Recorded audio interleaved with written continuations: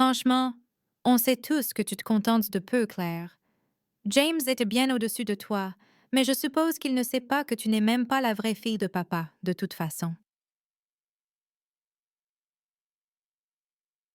La voix de Maya trancha le bruit des festivités de ma fête de fiançailles comme un couteau dans de la soie, et je vis toutes les conversations dans le jardin de mes parents s'arrêter simultanément, les visages se tournant vers nous avec des expressions allant de la confusion au choc, en passant par quelque chose qui ressemblait inconfortablement à de la pitié.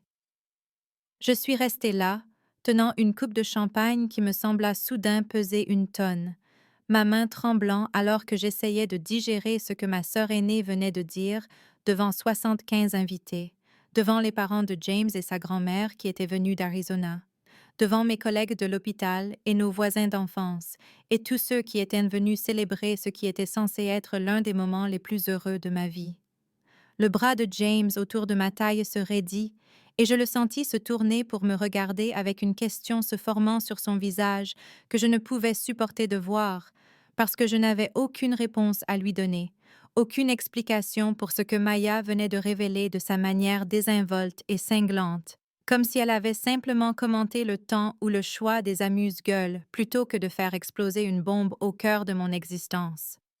Maya se tenait là dans sa robe de créateur, la verte émeraude qui complétait parfaitement ses cheveux sombres et lui donnait l'air de sortir d'un magazine, arborant cette expression que j'avais vue d'innombrables fois pendant notre enfance, celle qui disait qu'elle savait exactement ce qu'elle avait fait et qu'elle avait calculé chaque mot pour un impact maximal, et je réalisais avec une clarté qui me donna l'impression de tomber à travers la glace, que ce moment n'était que l'aboutissement de 28 années à être ignoré, rabaissé et traité comme inférieur à ma sœur aînée d'une manière que j'avais passé ma vie à essayer de rationaliser ou d'ignorer.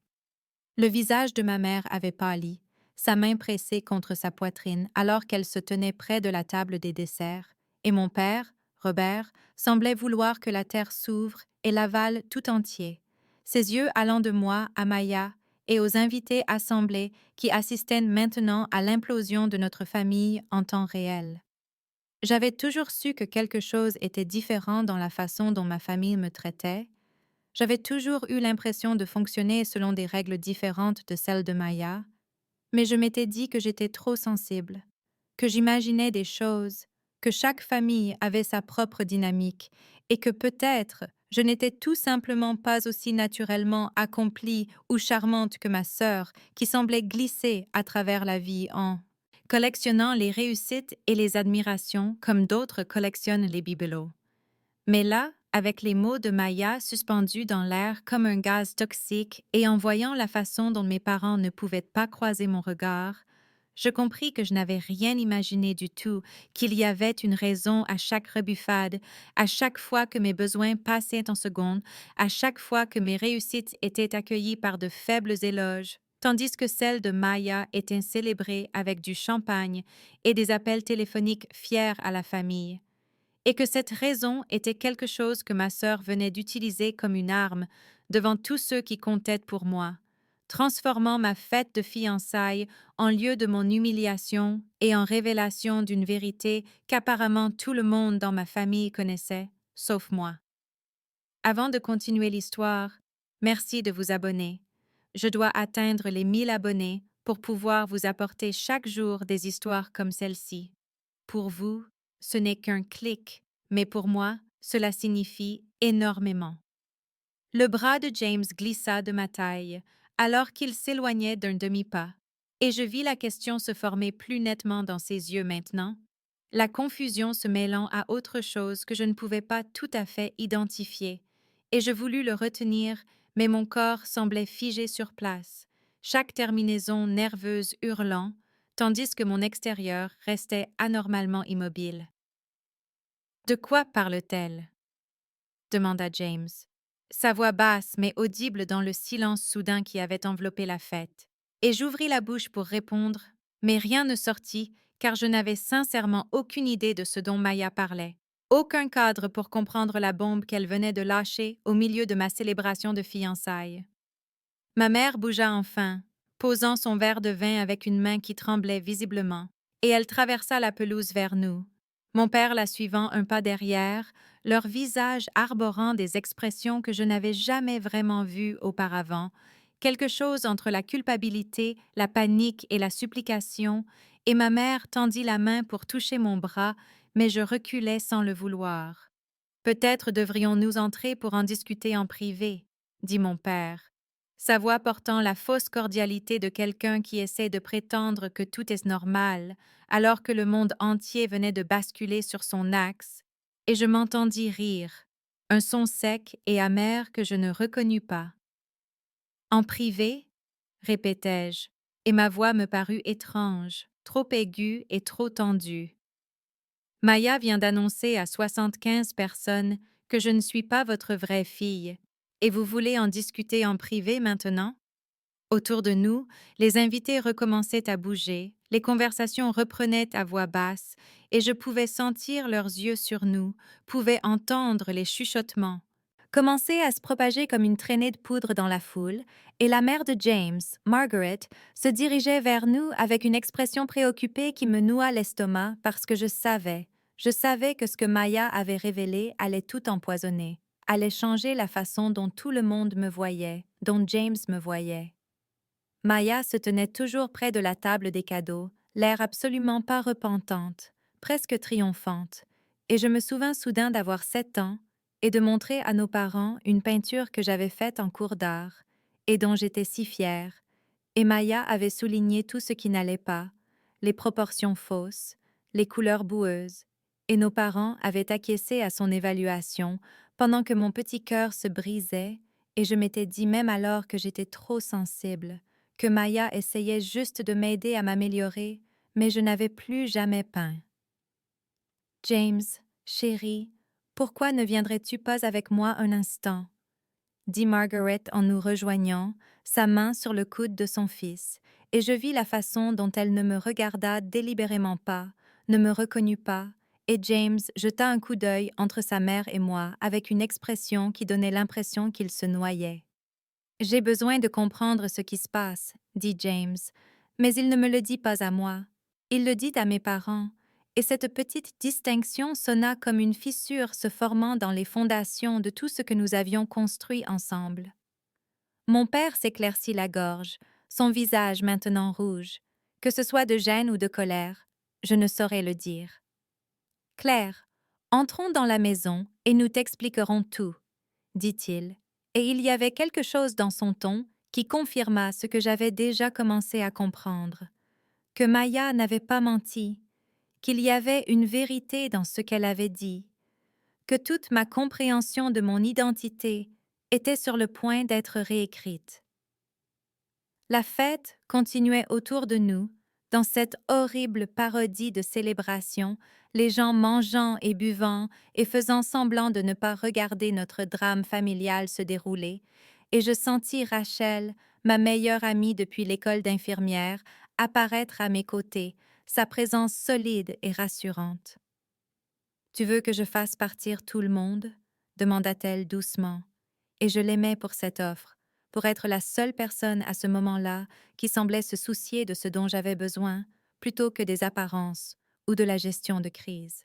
Je secouai la tête, car à quoi bon, le mal était fait, et je me tournai pour suivre mes parents dans la maison, espérant que James viendrait avec moi, ayant besoin qu'il me choisisse en ce moment. Mais quand je regardais en arrière, il était toujours là avec la main de sa mère sur son bras, et l'expression sur son visage était une que je n'avais jamais vue auparavant, distante et incertaine, et je sentis quelque chose se briser dans ma poitrine alors que je quittais ma propre fête de fiançailles pour apprendre la vérité sur qui j'étais vraiment. À l'intérieur du bureau de mes parents, la pièce qui avait toujours senti le cuir, les vieux livres et l'eau de Cologne de mon père, je m'assis sur le bord du canapé tandis que ma mère se percha sur le fauteuil en face de moi et mon père se tenait près de la fenêtre, nous tournant le dos, ses épaules tendues par une tension qui irradiait dans toute la pièce. Ton père et moi, nous avons essayé pendant des années d'avoir des enfants, commença ma mère, sa voix tremblant légèrement, et je remarquai qu'elle se tordait les mains sur ses genoux.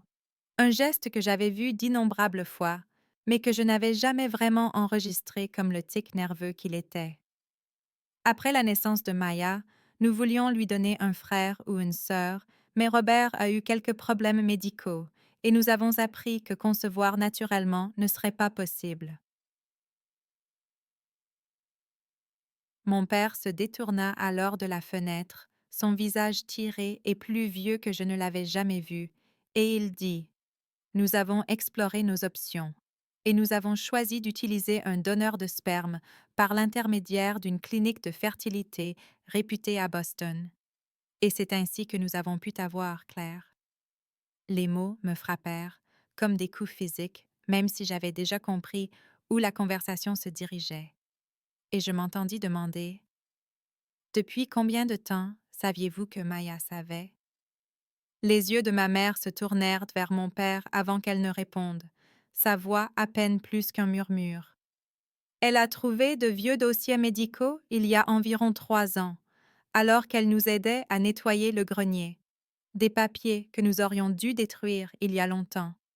Et elle nous a confrontés à ce sujet. Et nous lui avons demandé, nous l'avons supplié de ne pas te le dire, parce que nous ne voulions pas que tu te sentes différente ou moins intégrée à la famille. 3 ans. Maya savait depuis 3 ans et avait gardé cette information comme une arme, attendant le moment parfait pour la déployer et causer un maximum de dégâts.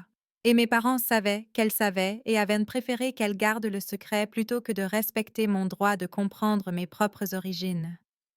Pourquoi ne me l'avez-vous jamais dit? Demandai-je, et je fus surprise par le calme de ma voix, alors que tout en moi semblait se briser et se reformer en quelque chose que je ne reconnaissais pas. Nous voulions que tu te sentes à ta place, dit mon père, et il y avait quelque chose de défensif dans son ton maintenant, quelque chose qui suggérait qu'il pensait m'avoir rendu service en gardant ce secret pendant 28 ans. Nous ne voulions pas que tu grandisses en te sentant différente de Maya, en sentant que tu n'étais pas notre vraie fille, parce que tu es notre vraie. Phil, Claire, la biologie ne change rien à ça. Mais alors même qu'il le disait, je compris avec une clarté qui me glaça le sang que la biologie avait tout changé, qu'elle avait influencé chaque interaction, chaque décision, chaque moment de traitement différentiel, tout au long de mon enfance, de mon adolescence et de ma vie d'adulte, et que le désir de mes parents que je me sente à ma place ne s'était jamais réellement traduit par le fait de me traiter comme si j'étais à ma place, n'avait jamais signifié me donner les mêmes ressources, la même attention ou la même validation qu'ils avaient données à Maya, et je réalisais qu'ils avaient joué le rôle de parents pour moi tout en ne s'occupant en réalité que de leur enfant biologique, celle qui portait la génétique de Robert, même si ce n'était pas son sperme spécifiquement. Et j'avais passé ma vie à essayer de gagner une place dans une famille qui ne m'avait jamais vraiment fait de place au centre, seulement en marge où l'on pouvait me garder à une distance confortable de la vraie fille, celle qui comptait, celle dont ils avaient encouragé la cruauté en lui demandant de garder un secret qui n'aurait jamais dû en être un, car il n'y avait rien de honteux dans ma conception, si ce n'est la honte dont ils l'avaient enveloppée, en me la cachant, comme si c'était quelque chose dont il fallait avoir honte plutôt qu'une simple solution médicale à un problème médical. J'ai quitté la maison de mes parents ce soir-là, sans dire au revoir à James ni à aucun des invités restants, et tandis que je retournais à l'appartement que James et moi partagions, mon esprit revenait sans cesse sur mon enfance et mon adolescence avec cette nouvelle grille de lecture, et soudain, tant de moments que j'avais justifiés ou minimisés apparurent avec une clarté douloureuse. Je me suis souvenu d'avoir 12 ans lorsque mes parents nous ont assises, Maya et moi, pour discuter des fonds pour l'université. Et ils avaient expliqué qu'ils avaient mis de côté 50 000 $ pour l'éducation de Maya parce qu'elle était l'aînée et qu'ils avaient eu plus de temps pour économiser et qu'ils avaient 15 000 $ pour moi, mais m'avaient assuré qu'ils continueraient à contribuer autant que possible.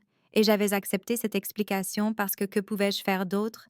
J'avais 12 ans et je ne comprenais pas que 4 ans ne devraient pas justifier une différence de 35 000 dollars. Je ne comprenais pas que des parents qui considéraient vraiment leurs enfants comme égaux auraient trouvé un moyen de rendre les montants au moins plus équitables. Maya était allée à l'Université de Boston, une école privée dont les frais de scolarité ont consommé tout son fonds, plus des contributions parentales supplémentaires, tandis que j'étais allée à l'Université d'État à 2 heures de route et que je travaillais 25 heures par semaine dans une librairie du campus et 15 autres heures les soirs de week-end comme hôtesse dans un restaurant pour couvrir ce que mon fonds et mes prêts ne couvraient pas. Et je m'étais dit que je me forgeais le caractère, que j'apprenais l'éthique du travail, que je devenais indépendante, alors qu'en réalité, je compensais simplement le fait que mes parents avaient décidé que l'éducation de Maya valait plus d'investissement que la mienne.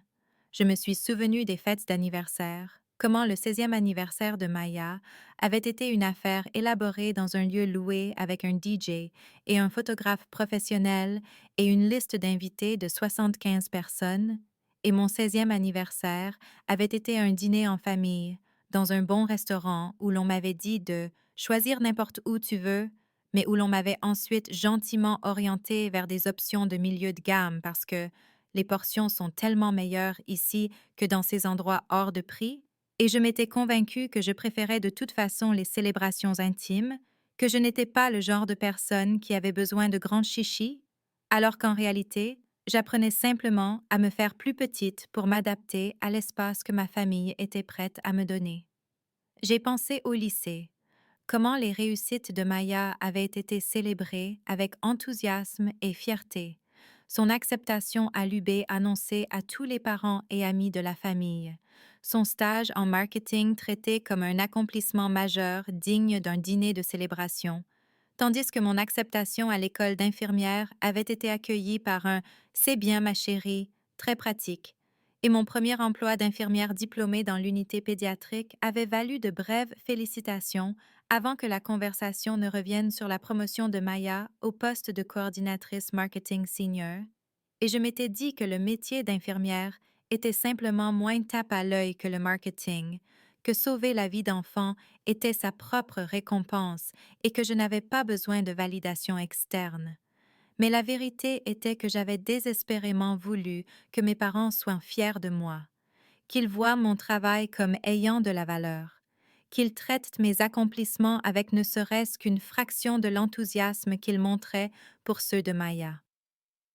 Je me suis souvenu des vacances en famille, comment les préférences de Maya semblaient toujours déterminer nos destinations, ses intérêts façonnant nos itinéraires, et quand je suggérais des choses que je voulais faire ou voir, mes parents disaient peut-être si on a le temps, ou c'est un peu un détour, et nous n'avions jamais le temps, et tout ce que je voulais était toujours un détour, et j'avais appris à simplement suivre ce qui était prévu, à être facile, flexible et peu exigeante, parce qu'exiger quoi?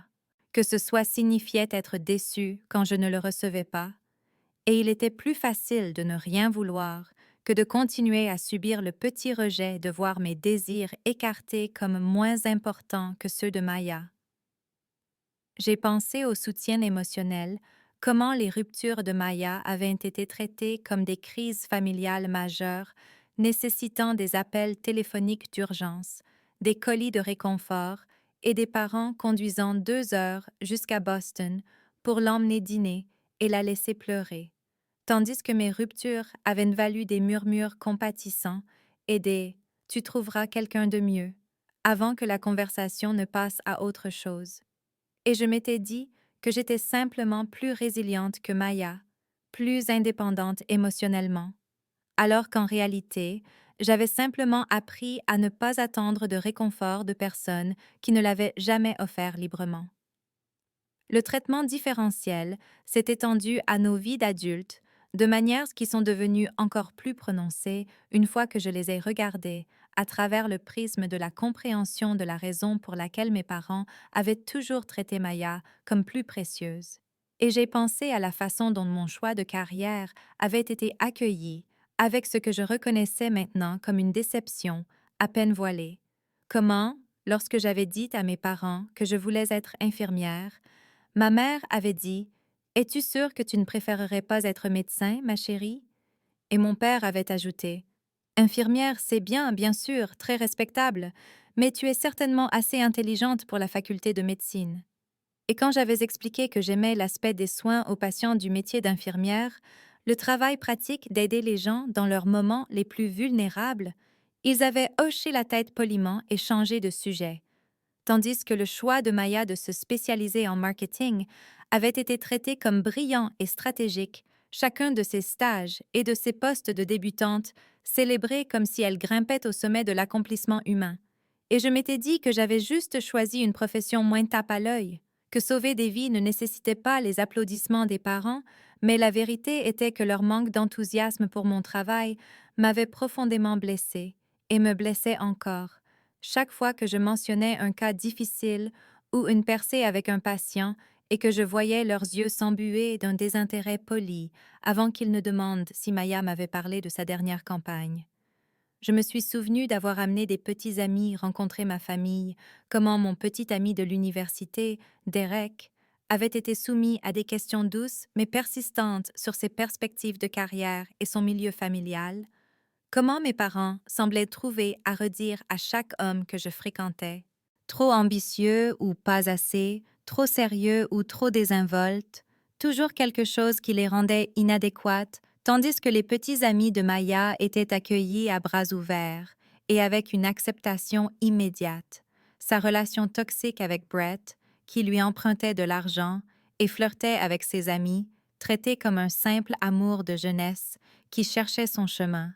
Et quand j'avais enfin rencontré James il y a 3 ans et que je l'avais ramené à la maison pour Noël, mes parents avaient été cordiaux mais froids, lui posant des questions superficielles puis l'ignorant largement en faveur du petit ami de l'époque de Maya, Connor, qui était honnêtement un peu un crétin arrogant, mais qui travaillait dans la finance et était allé à Yale. Et j'avais remarqué comment James avait essayé de plus en plus d'engager la conversation avec mes parents, de prouver qu'il était digne de leur attention, et j'avais eu honte de l'avoir entraîné dans cette dynamique où il devait se battre pour des miettes d'approbation, tout comme je l'avais toujours fait, mais il avait été patient et gentil à ce sujet, me disant que tout le monde n'accrochait pas immédiatement et que ça s'améliorerait avec le temps. Et je l'avais cru parce que je voulais croire qu'un jour mes parents verraient ce que je voyais en lui, reconnaîtraient qu'il était bon et décent, et m'aimaient sincèrement.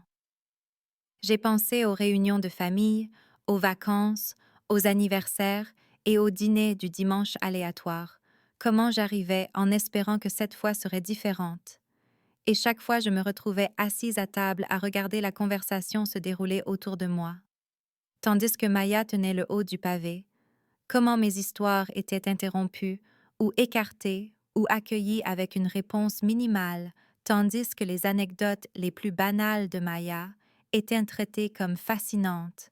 Comment j'avais appris à rester silencieuse, à observer plutôt qu'à participer, à être reconnaissante d'être simplement incluse même de cette manière marginale. Et je m'étais dit que j'étais juste plus introvertie que Maya, plus à l'aise à écouter qu'à parler, alors qu'en réalité, j'avais été entraînée au silence par des années où ma voix avait été ignorée, ma présence traitée comme facultative, mes contributions rejetées comme moins intéressantes ou importantes que tout ce que Maya avait à dire. James est rentré vers minuit ce soir-là, après la fête de fiançailles, et j'ai fait semblant de dormir parce que je ne pouvais pas supporter d'avoir la conversation que je savais que nous devions avoir, ne pouvais pas supporter de voir ce qu'il pouvait y avoir dans ses yeux maintenant que Maya avait empoisonné la façon dont il me voyait, et le lendemain matin, il a été attentionné de toutes les manières évidentes, préparant le café, demandant si j'allais bien et disant toutes les bonnes choses sur le fait que Maya était cruelle et que mes parents avaient eu tort de garder ce secret. Mais j'ai remarqué de petites choses qui me serraient la poitrine d'anxiété, la façon dont il semblait m'étudier comme s'il cherchait des preuves de quelque chose, la façon dont il posait des questions prudentes sur la dynamique de ma famille, qui donnait l'impression qu'il essayait de comprendre si Maya pouvait avoir eu raison sur d'autres choses aussi, la légère distance dans son contact quand il m'a serré dans ses bras pour me dire au revoir avant de partir travailler. Au cours des jours suivants, cette distance s'est accentuée, même si James maintenait que tout allait bien, qu'il m'aimait, que la révélation de Maya ne changeait rien entre nous, mais je pouvais le sentir s'éloigner par bribes, le voir digérer quelque chose qu'il ne partageait pas avec moi, et quand sa mère Catherine m'a appelé 3 jours après la fête, sa voix avait une froideur qui n'était pas là auparavant. Une formalité alors qu'elle me demandait comment je tenais le coup avec un ton qui suggérait qu'elle pensait que je pourrais ne pas tenir du tout. Et quand j'ai mentionné cet appel à James, il est devenu sur la défensive, disant que sa mère était juste inquiète, mais je savais que Catherine n'avait jamais été juste inquiète pour quoi que ce soit dans sa vie, c'était une femme qui portait des jugements et agissait en conséquence, et clairement, elle avait porté un jugement sur moi basé sur ce qui s'était passé à la fête. Puis, le jeudi soir, 6 jours après que la bombe de Maya eut fait exploser ma vie, j'ai pris le téléphone de James sur le comptoir de la cuisine pour le lui apporter, alors qu'il était sous la douche, et il s'est allumé avec une notification de SMS. Et j'ai vu le nom de Maya, et mon estomac s'est noué parce que pourquoi Maya enverrait-elle un SMS à mon fiancé? Et je savais que je ne devrais pas regarder, mais je ne pouvais pas m'en empêcher. J'ai ouvert le fil de discussion et j'ai remonté des jours de communication dont je ne connaissais pas l'existence, des messages de Maya exprimant son inquiétude à mon sujet, disant à James que j'avais toujours été émotionnellement fragile et que j'avais lutté avec la vérité sur ma place dans la famille, suggérant que mes parents avaient tant essayé de me faire sentir incluse, mais que j'avais toujours été pleine de ressentiment et difficile, peignant un portrait de moi comme instable et manipulatrice. Et les réponses de James étaient mesurées et non engagées, mais il ne l'avait pas repoussé, ne lui avait pas dit d'arrêter, ne m'avait pas défendu comme je l'aurais défendu. Et j'ai senti quelque chose se fissurer dans ma poitrine, en réalisant que Maya n'était pas seulement satisfaite d'avoir détruit mon sentiment d'identité et de famille, elle travaillait activement à détruire ma relation aussi, à prendre la seule chose solide qui me restait. Et je suis restée, là dans notre cuisine, tenant le téléphone de James et sentant mon monde s'effondrer davantage, comprenant que je ne pouvais même pas faire confiance aux fondations que je pensais que James et moi avions construites ensemble. Car s'il pouvait prêter l'oreille au poison de Maya, s'il pouvait la laisser murmurer des doutes sur moi sans les rejeter immédiatement, alors peut-être qu'il ne m'avait jamais vue aussi clairement que je l'avais cru. J'ai reposé le téléphone de James sur le comptoir exactement où je l'avais trouvé, et je suis restée là, tremblante d'une fureur et d'un chagrin qui semblaient pouvoir me consumer de l'intérieur. Et quand il est sorti de la douche 10 minutes plus tard en souriant et en me demandant ce que je voulais pour dîner, je n'ai pas pu le regarder. Je n'ai pas pu prétendre que je n'avais pas vu ce que j'avais vu. Et je lui ai dit que j'avais lu ces messages avec Maya. J'ai vu son visage se fermer en une expression défensive et coupable, et nous avons eu une dispute qui a semblé nous déchirer, lui disant que j'avais violé sa vie privée, et moi disant qu'il avait violé ma confiance en prêtant l'oreille au poison de Maya, et après qu'il soit parti pour se calmer, après que j'ai entendu sa voiture quitter l'allée, je me suis assise sur notre canapé dans l'appartement que nous avions choisi ensemble, et j'ai pris une décision qui m'a semblé être le premier choix vraiment autonome que j'ai fait depuis des semaines. J'avais besoin de comprendre ma vérité génétique, de revendiquer la partie de mon identité que mes parents m'avaient cachée et que Maya avait utilisée comme une arme contre moi. Et j'ai sorti mon ordinateur portable et commandé un kit de test ADN sur l'un des principaux sites d'ascendance, payant un supplément pour un traitement accéléré. Puis je me suis inscrite sur 3 bases de données ADN différentes parce que je voulais jeter le filet le plus large possible. Je voulais trouver toute famille biologique qui pourrait exister, des personnes qui partageaient de mon code génétique réel et qui pourraient m'aider à comprendre qui j'étais au-delà de la famille qui avait passé 28 ans à me faire sentir que je n'étais pas tout à fait à ma place. Puis j'ai fait autre chose qui me semblait important. Quelque chose que Rachel m'avait en fait suggéré des mois auparavant lors d'une conversation sur la dynamique familiale que j'avais écartée à l'époque comme étant trop dramatique, et j'ai commencé à tout documenter, à parcourir de vieux albums photos et à prendre des photos avec mon téléphone des fêtes d'anniversaire où Maya avait des célébrations élaborées et moi des gâteaux de supermarché, à rassembler des relevés bancaires qui montraient l'écart des fonds pour l'université, à sauvegarder des SMS de Maya allant du mépris à la cruauté, créant un dossier sur mon ordinateur intitulé simplement Preuves, parce que c'est ce que c'était, des preuves d'un schéma que l'on m'avait dit toute ma vie que j'imaginais, la preuve que le traitement différentiel n'était pas dans ma tête ou le résultat de ma prétendue fragilité émotionnelle, mais qu'il était réel et mesurable, et qu'il se produisait systématiquement depuis des décennies. J'ai appelé Rachel à 21 heures ce soir-là, ma meilleure amie depuis l'école d'infirmière, qui avait été ma demoiselle d'honneur avant que tout n'explose, et elle a répondu à la deuxième sonnerie en disant « J'attendais ton appel ». Et j'ai craqué et je lui ai tout raconté, le désastre de la fête de fiançailles, la révélation sur ma conception, la distance de James, les SMS de Maya, tout cela déversé dans un torrent de mots et de larmes. Et Rachel a écouté sans interrompre, puis a dit de sa voix calme d'avocate. Claire, tu dois établir des limites, des vraies, pas le genre que tu espères que les gens respecteront, mais le genre que tu imposes, quels que soient leurs sentiments à ce sujet, et tu dois décider ce que tu es prête à accepter de James, parce que s'il ne peut pas se tenir fermement à tes côtés contre quelqu'un qui essaie activement de te détruire, alors il n'est pas le partenaire dont tu as besoin. Ces mots m'ont frappé comme de l'eau froide, clarifiant et revigorant, et elle a continué. Documente tout, ce qu'il semble que tu fasses déjà. Obtiens tes résultats ADN pour avoir ton propre récit de ton identité génétique au lieu de celui que Maya utilise comme une arme, puis prends des décisions depuis une position de force plutôt que de peur, parce que tu n'es pas le problème ici, tu n'as jamais été le problème, et il est temps que tu arrêtes de les laisser te convaincre que tu l'es.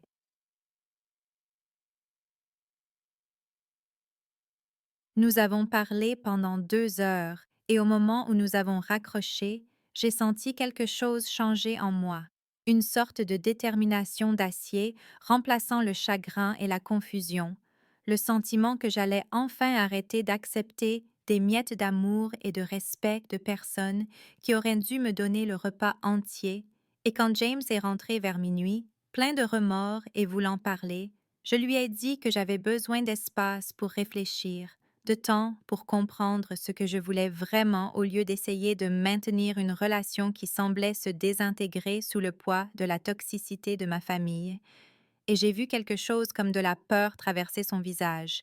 Et j'ai pensé, bien, qu'il ait peur de me perdre, qu'il comprenne que je ne suis pas juste là à attendre d'être choisie, que j'ai aussi le pouvoir de choisir. La semaine après avoir dit à James que j'avais besoin d'espace, ma mère a appelé et a suggéré avec entrain que nous devrions tous nous réunir pour commencer à discuter sérieusement des plans de mariage, comme si la fête de fiançailles ne s'était pas terminée en désastre, comme si Maya n'avait pas fait exploser tout mon sens de l'identité devant 50 personnes, comme si tout pouvait simplement continuer normalement parce que faire semblant était ce que notre famille faisait de mieux. Et j'ai senti cette pression familière de me conformer, d'arrondir les angles, de mettre tout le monde à l'aise au détriment de mes propres sentiments. Mais quelque chose avait changé en moi après ma conversation avec Rachel, après avoir commencé à documenter les années de traitement différentiel, après avoir commandé ces tests ADN et commencé à revendiquer mon propre récit, alors j'ai dit à ma mère que je n'étais pas encore prête à planifier quoi que ce soit avec la famille, que j'avais besoin de temps, et il y a eu un long silence avant qu'elle ne dise de cette voix soigneusement contrôlée qu'elle utilisait quand elle était en colère, mais essayait de paraître raisonnable. Claire, je comprends que tu sois contrariée, Mais nous ne pouvons pas tout mettre en attente indéfiniment. Les gens posent des questions.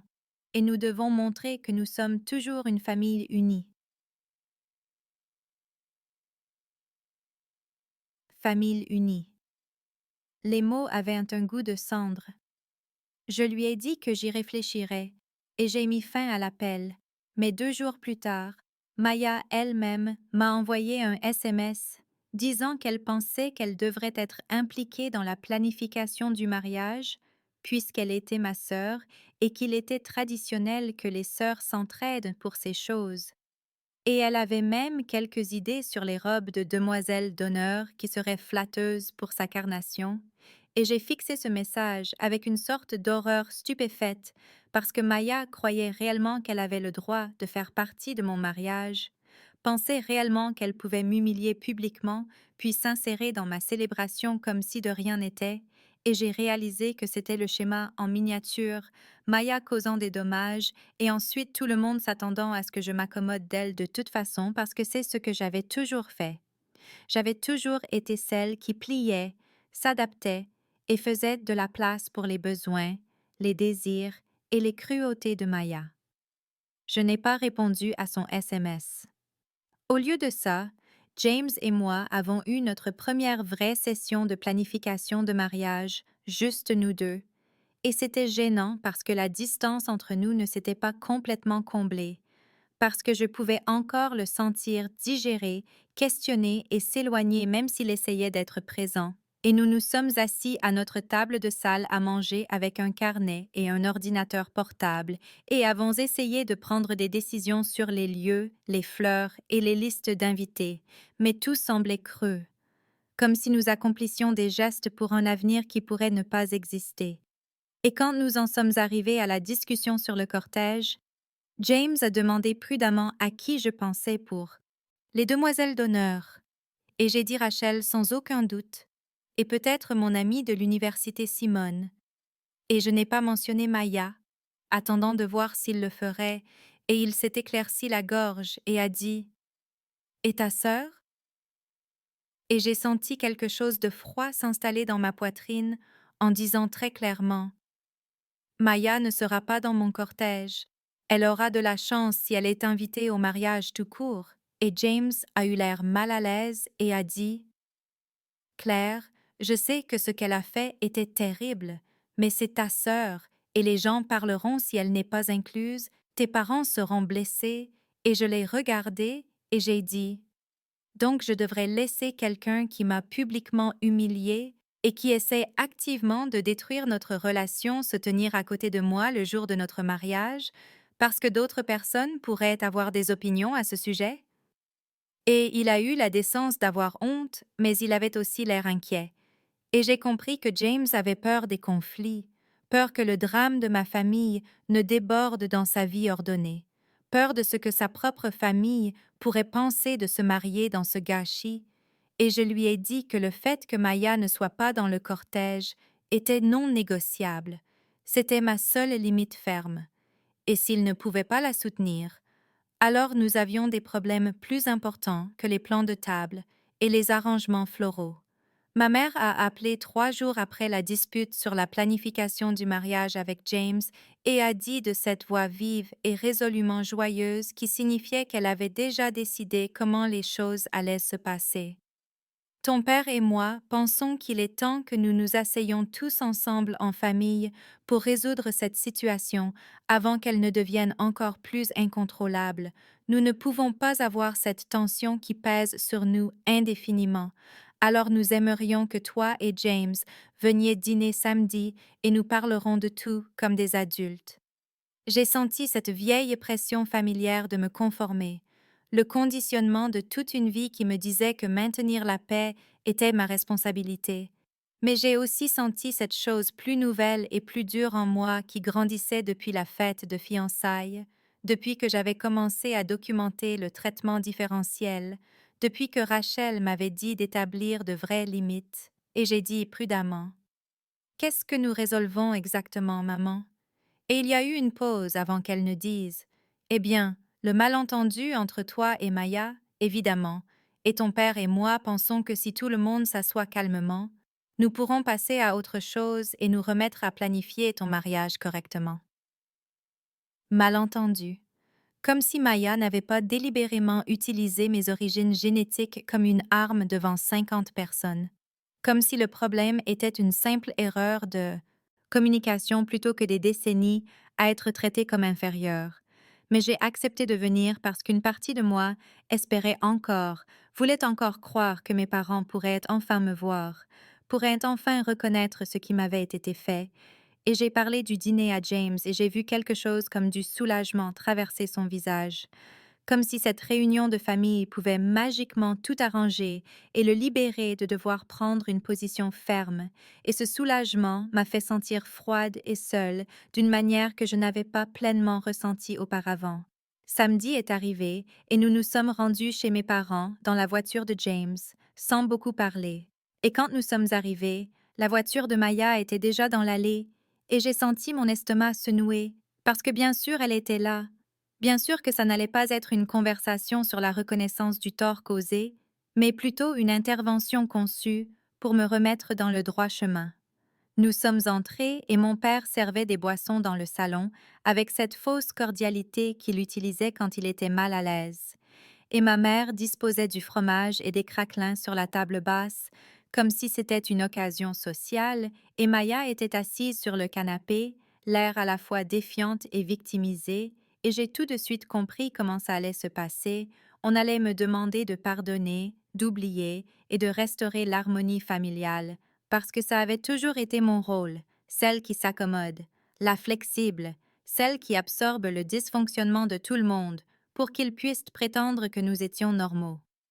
Nous nous sommes tous assis en cercle comme une sorte de séance de thérapie dysfonctionnelle, et mon père s'est éclairci la gorge et a dit « Claire, nous t'avons demandé de venir parce que ta mère et moi sommes très préoccupés par cette rupture dans la famille, et nous pensons qu'il est temps de mettre le passé derrière nous et d'aller de l'avant. Maya a quelque chose qu'elle veut te dire. » Maya m'a regardée avec ses grands yeux qu'elle avait perfectionnés au fil des ans, ceux qui la faisaient paraître innocente et blessée, et elle a dit « Claire, je suis désolée que tu aies été blessée par ce que j'ai dit à ta fête de fiançailles. Ce n'était pas mon intention. J'étais juste honnête à propos de quelque chose que je pensais que tu savais déjà, et je pense que tu surréagis en essayant de m'exclure de ton mariage. Nous sommes sœurs, et nous devrions être capables de surmonter ça. » Je suis restée assise, sentant James bouger à côté de moi, sentant mes parents me regarder avec attente, et j'ai réalisé que c'était le moment. Le moment où soit j'acceptais ces non-excuses et je retournais jouer mon rôle assigné, soit je me défendais enfin, quelles qu'en soient les conséquences, et j'ai dit très doucement « Ce sont pas des excuses, Maya. C'est toi qui me reproches ma réaction à ta cruauté, et je ne les accepte pas. » Ma mère a poussé un petit cri de détresse et a dit « Claire, s'il te plaît, ne soyons pas dramatiques. Maya s'est excusée, et maintenant nous devons passer à autre chose. Tu ne peux pas garder rancune éternellement. Ce n'est pas sain. Et pense à la façon dont cela affecte toute la famille. » Et voilà, le même schéma qui s'était déroulé toute ma vie. Maya faisait quelque chose de blessant, et on s'attendait à ce que je l'absorbe pour que tout le monde puisse être à l'aise. Et j'ai regardé mes parents, et j'ai dit « Maya ne m'a pas blessée accidentellement. Elle a délibérément révélé quelque chose que vous m'aviez caché toute ma vie. L'a utilisé comme une arme pour m'humilier publiquement, et a envoyé des SMS à mon fiancé pour essayer de le convaincre que je suis instable. Et votre réponse est de me dire que je suis dramatique et que je garde rancune. » Et mon père a dit sèchement « Nous essayons de garder cette famille unie, Claire, et cela demande du pardon et de la flexibilité de la part de tout le monde. Tu ne peux pas t'attendre à ce que Maya rampe, elle s'est excusée et ça devrait suffire. » J'ai senti quelque chose se briser en moi, un dernier espoir qu'il puisse me choisir, me voir comme l'égale de Maya, reconnaître les décennies de traitement différentiel, Et je me suis levée et j'ai dit, elle ne rampe pas, papa, elle ne s'excuse même pas vraiment. Et j'en ai fini de prétendre que c'est acceptable. J'en ai fini d'être celle qui doit plier, pardonner et s'accommoder pendant que Maya ne subit aucune conséquence pour tout ce qu'elle fait. Et ma mère a dit désespérément, s'il te plaît, assieds-toi, Claire. Nous n'avons pas fini de parler. Tu es déraisonnable. Maya est ta sœur et la famille. C'est pour toujours. Tu ne peux pas simplement jeter ça par-dessus bord pour un seul incident. Un seul incident. 28 ans à être la seconde, réduit à un seul incident. J'ai attrapé mon sac à main et je me suis dirigée vers la porte, et en l'atteignant, je me suis retournée et j'ai vu James toujours assis sur le canapé, toujours là avec mes parents et Maya, et j'ai dit « Tu viens ?»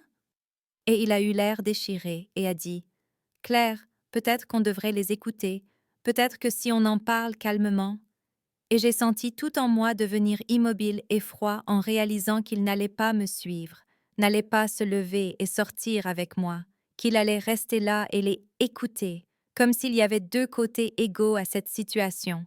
Et j'ai dit « Je pars, James, tu peux rester si tu veux, mais j'en ai fini avec ça. » Et je suis sortie seule.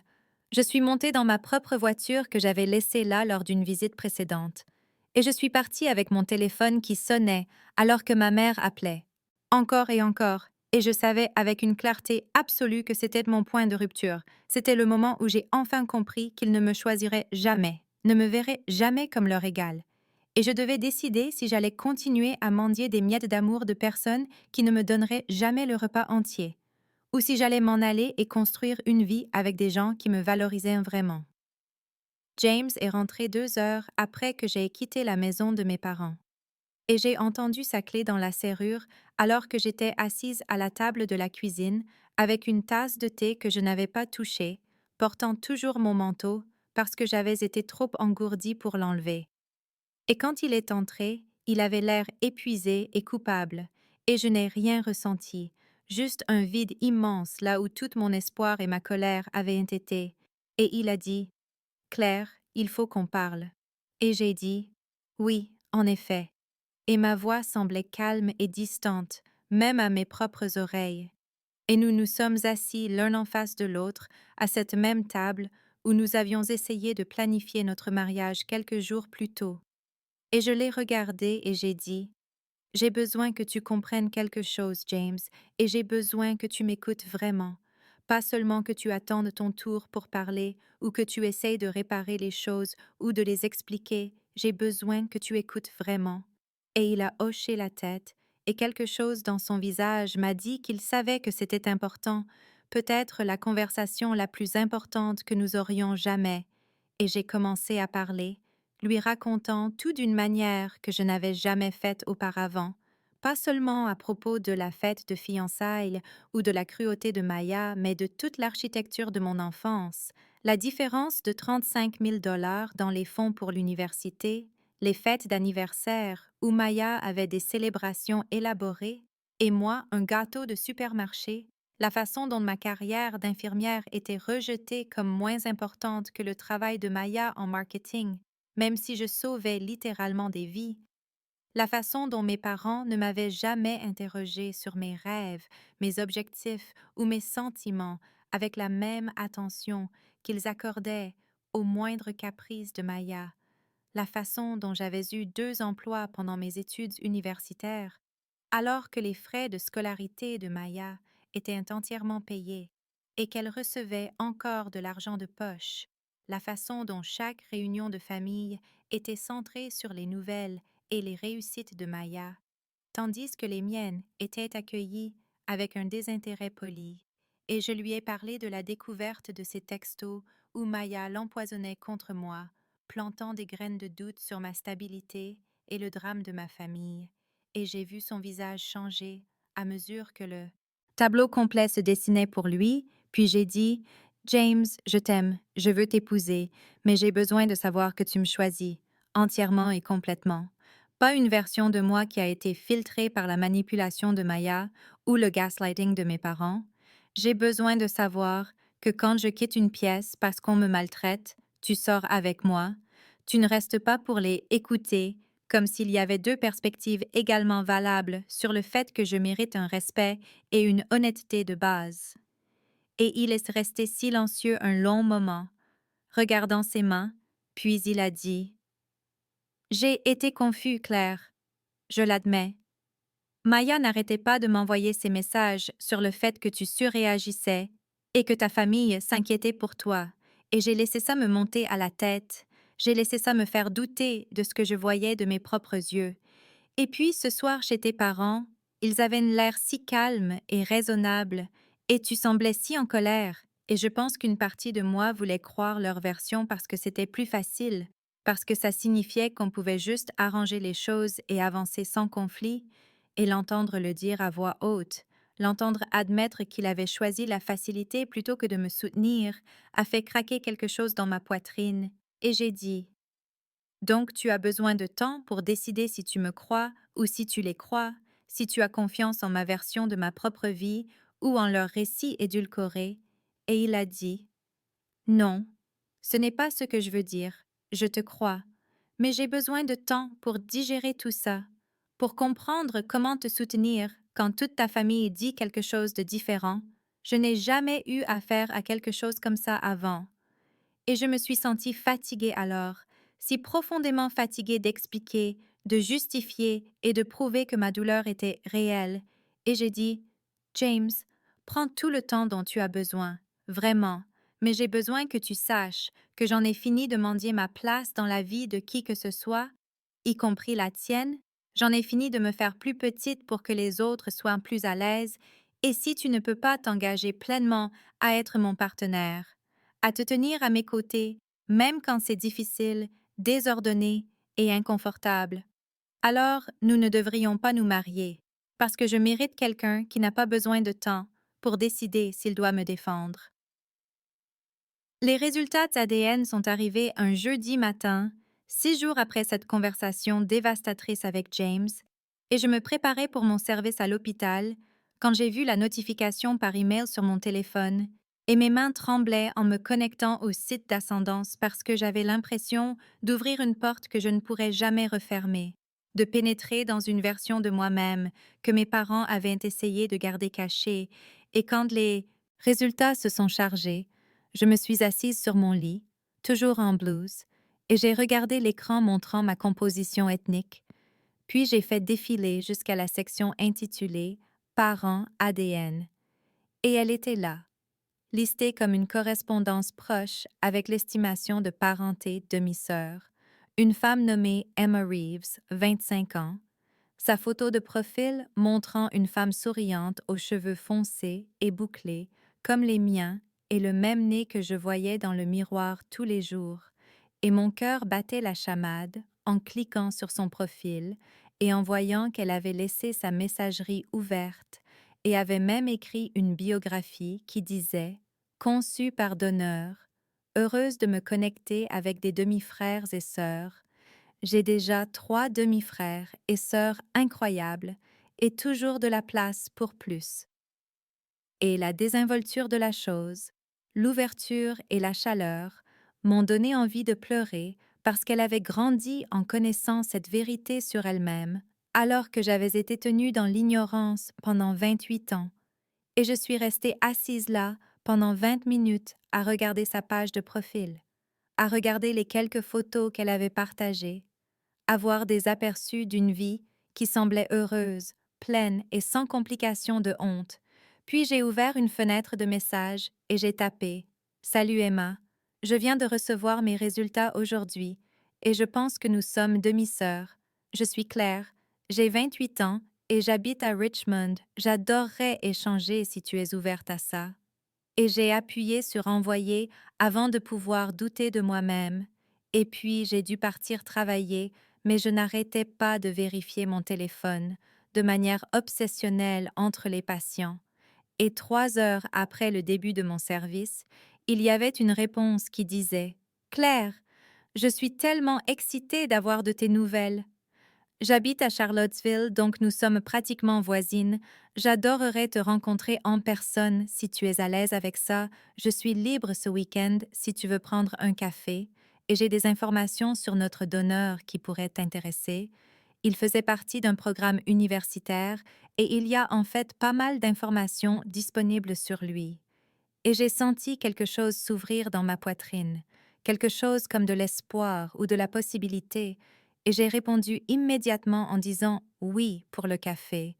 Samedi à 10 heures dans un endroit à mi-chemin entre nos villes, puis je suis retournée sur le site d'Ascendance et j'ai regardé les informations sur le donneur, les antécédents médicaux de base et le profil que mes parents avaient dû voir lorsqu'ils l'avaient sélectionné il y a 28 ans et j'ai appris qu'il avait été professeur de littérature à l'Université de Virginie, qu'il avait participé au programme de dons pour aider les couples infertiles, qu'il n'avait aucun trouble génétique et avait listé comme centre d'intérêt la musique classique, la randonnée et la poésie.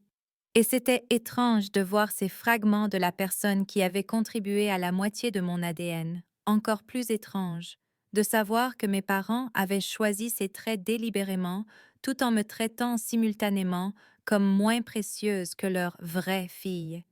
Et j'ai pensé à quel point ma vie aurait pu être différente si j'avais grandi comme Emma, connaissant la vérité depuis le début, célébrée plutôt que cachée.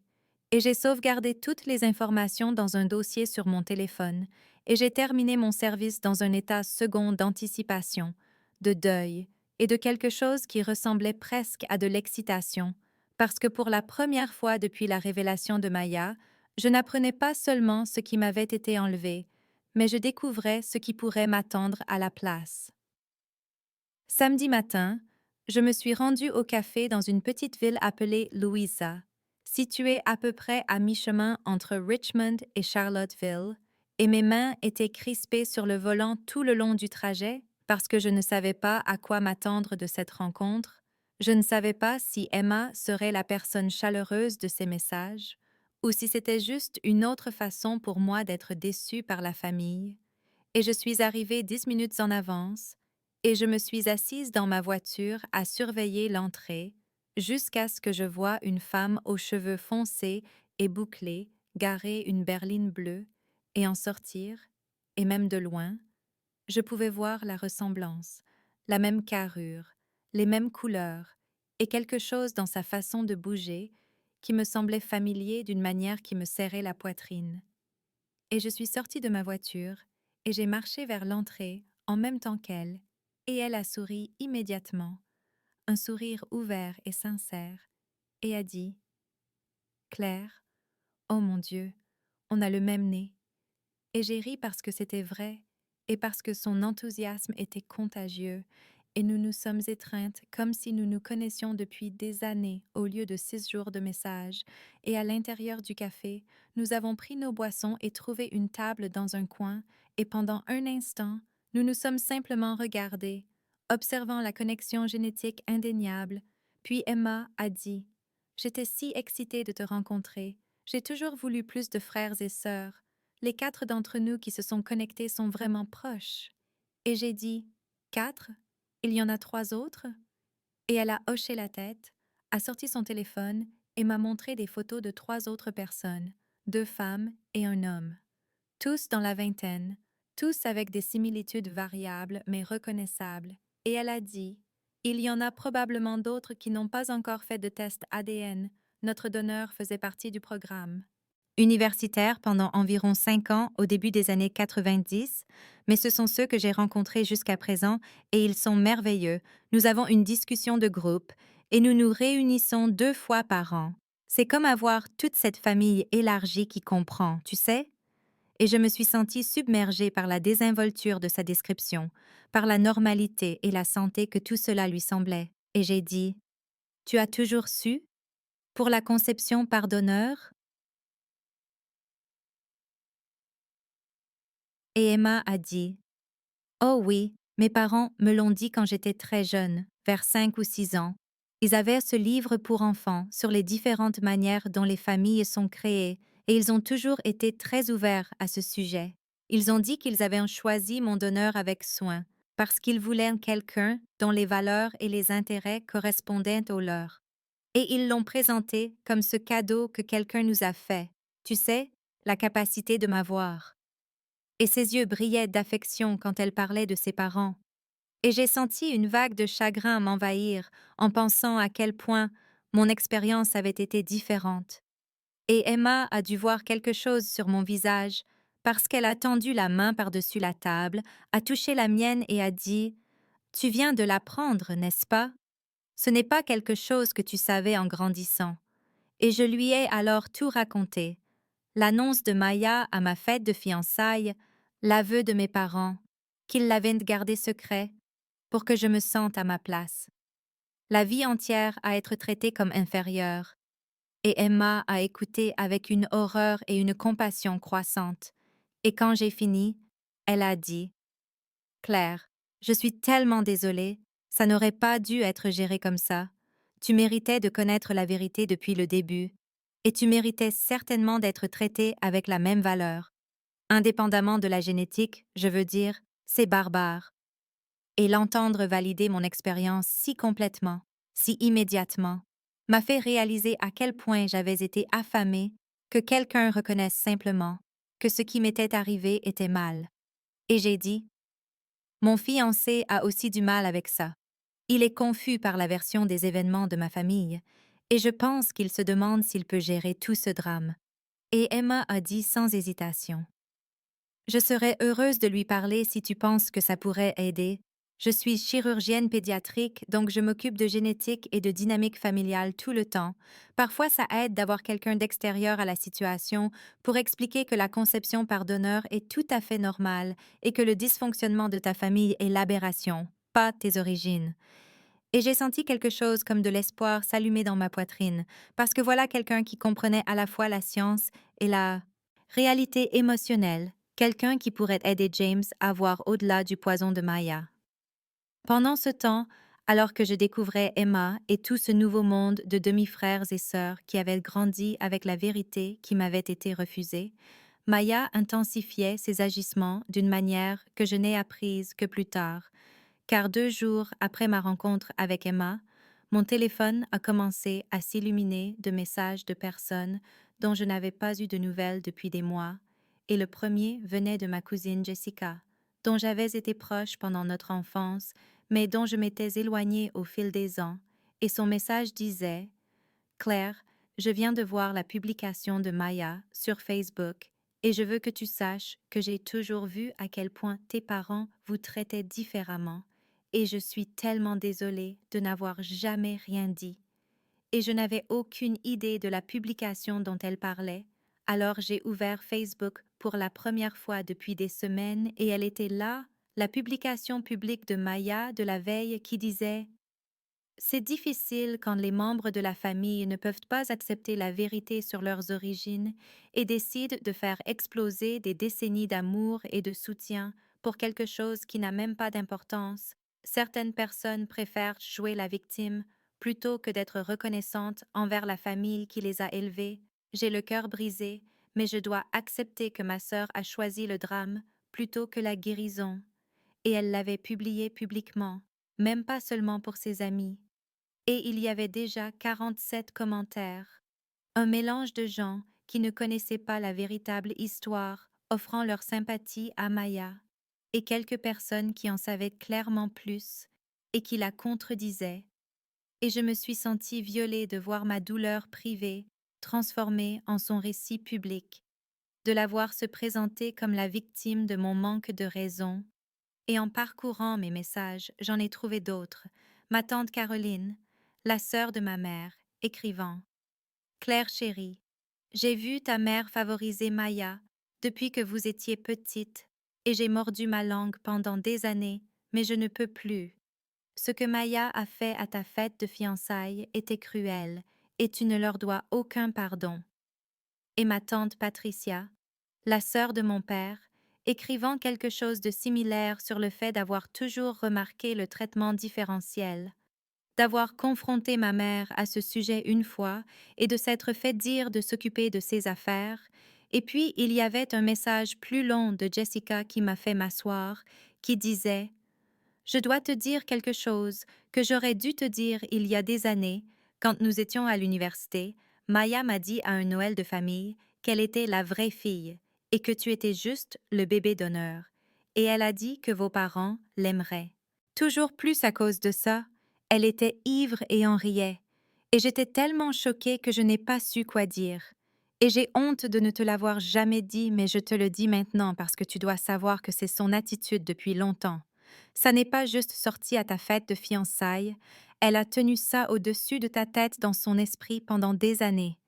Et j'ai lu ce message 3 fois, me sentant malade, parce qu'il confirmait que la cruauté de Maya n'était pas spontanée ou accidentelle, mais calculée et de longue date, qu'elle connaissait ce secret qui façonnait toute mon identité et l'avait utilisé comme une arme dans son propre esprit bien avant de le déployer publiquement. Et la validation de mes tantes et de Jessica était écrasante. Non pas parce que j'avais douté de ma propre expérience, mais parce que j'avais passé si longtemps à penser que j'étais peut-être trop sensible, que j'imaginais peut-être le favoritisme, que j'étais peut-être le problème, et voilà que des personnes qui l'avaient observé de l'extérieur confirmaient que non, c'était réel, c'était visible, c'était mal. James m'a appelé 3 jours après la publication de Maya sur Facebook, et j'ai vu son nom sur l'écran de mon téléphone et mon estomac s'est noué parce que je ne savais pas si c'était l'appel où il me dirait qu'il ne pouvait pas gérer tout ça, que le drame était trop lourd, que peut-être nous devrions reporter le mariage, et j'ai failli ne pas répondre, mais je me suis forcée à décrocher à la 4e sonnerie, et ses premiers mots furent « Claire, je suis tellement désolée. Il faut que je te voie. Est-ce que je peux passer ce soir? » Et il y avait quelque chose dans sa voix qui semblait différent, urgent et clair d'une manière qu'elle n'avait pas été depuis la fête de fiançailles. Et j'ai dit oui, et j'ai passé les 3 heures jusqu'à son arrivée à alterner entre l'espoir et la crainte. Et quand il est arrivé à mon appartement, il avait l'air épuisé, mais aussi concentré. Et il s'est assis en face de moi à ma table de cuisine et a dit: j'ai passé la dernière semaine à faire beaucoup de recherches et à beaucoup réfléchir, et j'ai parlé à mes parents, vraiment parlé avec eux. Et je dois te dire que j'avais tort, j'avais tellement tort sur la façon dont j'ai géré tout ça, et j'ai senti les larmes monter avant même qu'il ne continue. Et il a dit: j'ai laissé Maya me monter à la tête, je l'ai laissé planter ses doutes sur le fait que ta famille était trop compliquée, que tu étais trop dramatique, et j'ai réalisé que je laissais un biais implicite affecter la façon dont je voyais ta conception par donneur. Comme si une partie de moi adhérait à cette idée que la biologie compte plus qu'elle ne le fait. Et c'est des conneries. Ce n'est pas ce que je crois. Ce n'est pas qui je veux être. Et sa voix s'est légèrement brisée et il a tendu la main par-dessus la table pour prendre la mienne et je l'ai laissé faire et il a dit: j'ai lu tout ce que j'ai pu trouver sur la conception par donneur, j'ai lu des histoires de personnes conçues par donneur, de parents et de donneurs, et j'ai appris que ce que tes parents ont fait, le garder secret et te traiter différemment, c'est ça l'aberration, c'est ce qui cause du tort, pas la conception par donneur elle-même. Et j'ai honte d'avoir eu besoin de m'éduquer moi-même, au lieu de simplement te faire confiance, de croire que ton expérience d'être maltraitée était réelle. Et je pleurais ouvertement maintenant, parce que j'avais tellement besoin d'entendre ça, et j'ai dit: Maya t'a dit que j'étais instable, que ma famille était trop de drame. Et James a hoché la tête et a dit: elle l'a fait, et j'ai honte de l'avoir écouté ne serait-ce qu'un instant, parce que le vrai drame, c'est le dysfonctionnement de ta famille, pas ta réponse à celui-ci. Tu as été incroyablement raisonnable étant donné ce qu'ils t'ont fait subir. Puis il a dit: je sais que tu as mentionné ta demi-sœur Emma, et je me demandais si tu serais d'accord pour que je la rencontre. Je pense que ça m'aiderait de parler à quelqu'un qui comprend la génétique et la dynamique familiale d'un point de vue professionnel. Et aussi, je veux juste mieux comprendre ton expérience. Je veux rencontrer la famille que tu te construis. Et j'ai senti quelque chose de serré dans ma poitrine, commencer à se desserrer parce que c'était ce dont j'avais besoin de sa part. Cette volonté d'entrer dans mon monde au lieu de me demander de le minimiser. Et j'ai dit: elle a proposé de te parler, Elle est chirurgienne pédiatrique et elle s'occupe de ce genre de choses tout le temps. Et elle est merveilleuse, James. Elle est ce que j'aurais pu être si mes parents avaient géré ça correctement. Et il a dit, alors rencontrons-la, tous les trois, dès qu'elle sera disponible. Et nous avons arrangé ça pour ce week-end.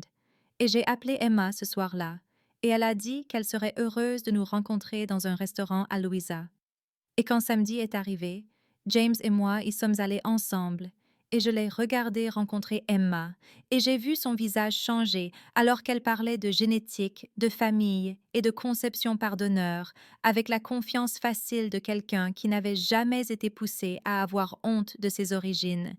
Et Emma a expliqué que partager 50% d'ADN avec un frère ou une sœur contre 25% d'un donneur ne changeait pas la réalité fondamentale que la famille est une question de relation, pas seulement de génétique, et elle a parlé d'épigénétique et de la façon dont la mère qui porte un enfant conçu par donneur influence toujours l'expression des gènes. Et James a écouté attentivement et a posé des questions réfléchies, et à un moment donné, Emma l'a regardé directement et a dit « Le problème n'est pas la génétique de Claire, c'est le préjugé de sa famille. Et si vous ne pouvez pas voir cette distinction, alors vous ne la méritez pas. » Et James a dit immédiatement « Je le vois maintenant, j'aurais dû le voir plus tôt, et je suis déterminée à arranger les choses. » Et Emma m'a souri, et je lui ai souri en retour, et j'ai eu l'impression que peut-être nous allions nous en sortir. Après cette rencontre avec Emma, James et moi sommes restés assis dans sa voiture sur le parking du restaurant pendant près d'une heure à parler, vraiment parler d'une manière que nous n'avions pas faite depuis avant la fête de fiançailles. Et nous avons pris des décisions ensemble qui nous ont donné l'impression de construire enfin quelque chose qui était vraiment à nous, et la première décision fut que nous allions de l'avant avec le mariage, mais que ce serait entièrement selon nos termes, plus question d'essayer de plaire à mes parents, ou de gérer les sentiments de Maya, ou de présenter une image de famille unie qui n'avait jamais vraiment existé, et James a dit « Je veux Emma dans le cortège. Je veux que les personnes qui se tiennent là-haut avec nous soient des gens qui nous soutiennent vraiment, des gens qui te voient clairement. » Et j'ai senti quelque chose se briser dans ma poitrine parce qu'il avait compris. Il avait enfin compris que la famille n'était pas une question de biologie ou d'obligation, mais d'amour et de soutien sincère. Et j'ai demandé à Emma 2 jours plus tard si elle voulait être demoiselle d'honneur, et elle a dit oui immédiatement, et m'a dit qu'elle était honorée, qu'elle n'avait jamais eu de sœur à ses côtés pour son propre mariage, car elle n'était pas encore mariée, mais qu'elle avait toujours imaginé ce que ce serait d'avoir ce genre de lien, et la voir là semblait juste d'une manière qu'inclure Maya n'avait jamais semblé juste, même avant que tout n'explose. Et la deuxième décision que James et moi avons prise ensemble fut que Maya n'était pas du tout invitée au mariage, ni en tant qu'invitée, ni en tant que famille dans l'assistance, juste pas là, et je savais que mes parents deviendraient fous à ce sujet, mais je savais aussi que je ne pouvais pas me tenir à l'autel en faisant des promesses sur mon avenir pendant que la personne qui avait essayé de détruire cet avenir était assise à regarder. Et la troisième décision concernait mes parents. Et celle-ci était plus difficile parce qu'une partie de moi voulait les désinviter aussi, voulait avoir un mariage complètement libre de leur jugement et de leur amour conditionnel. Mais une autre partie de moi n'était pas prête à fermer entièrement cette porte. Alors James et moi avons convenu qu'ils pourraient assister, mais seulement s'ils acceptaient des limites spécifiques. Ils devaient être RSVP formellement comme n'importe quel autre invité. Ils ne pouvaient pas faire de discours ou de toast. Ils ne pouvaient faire aucun commentaire sur l'unité familiale, la guérison ou le pardon. Ils devaient simplement assister et être témoins ou ne pas venir du tout. Et je leur ai écrit un email exposant ces termes, et je me suis sentie puissante en le faisant. J'ai eu l'impression de revendiquer enfin mon droit de fixer les conditions de ma propre vie. Et ma mère a appelé 30 minutes après que je l'ai envoyé, et elle pleurait en disant « Claire, tu ne peux pas exclure ta sœur de ton mariage. Que vont penser les gens? C'est si cruel. » Et j'ai dit Maya a été cruelle. Moi, je suis Claire. Il y a une différence. Et ma mère a dit, c'est ta seule sœur. Et j'ai dit, en fait, non. J'ai Emma maintenant, et potentiellement 3 autres demi-frères et sœurs, que je n'ai pas encore rencontrés. Et Emma m'a déjà montré plus d'amour fraternel en 2 semaines que Maya, en 28 ans. Et ma mère est restée silencieuse un long moment, puis elle a dit, ton père et moi devons discuter pour savoir si nous pouvons accepter ces conditions. Et j'ai dit, faites-le, la date limite du RSVP est dans 2 semaines. Et j'ai raccroché en me sentant tremblante mais solide. Et puis James a fait quelque chose que je n'attendais pas. Il a fait sa propre publication sur Facebook, sa première depuis des mois. Et elle disait « J'épouse la femme que j'aime dans 6 semaines. Et je n'ai jamais été aussi certain de quoi que ce soit. Claire est forte, gentille, et m'a montré ce que signifie fixer des limites saines et choisir la guérison plutôt que le dysfonctionnement. Je suis reconnaissant chaque jour qu'elle m'ait choisi, et je suis déterminé à être le partenaire qu'elle mérite.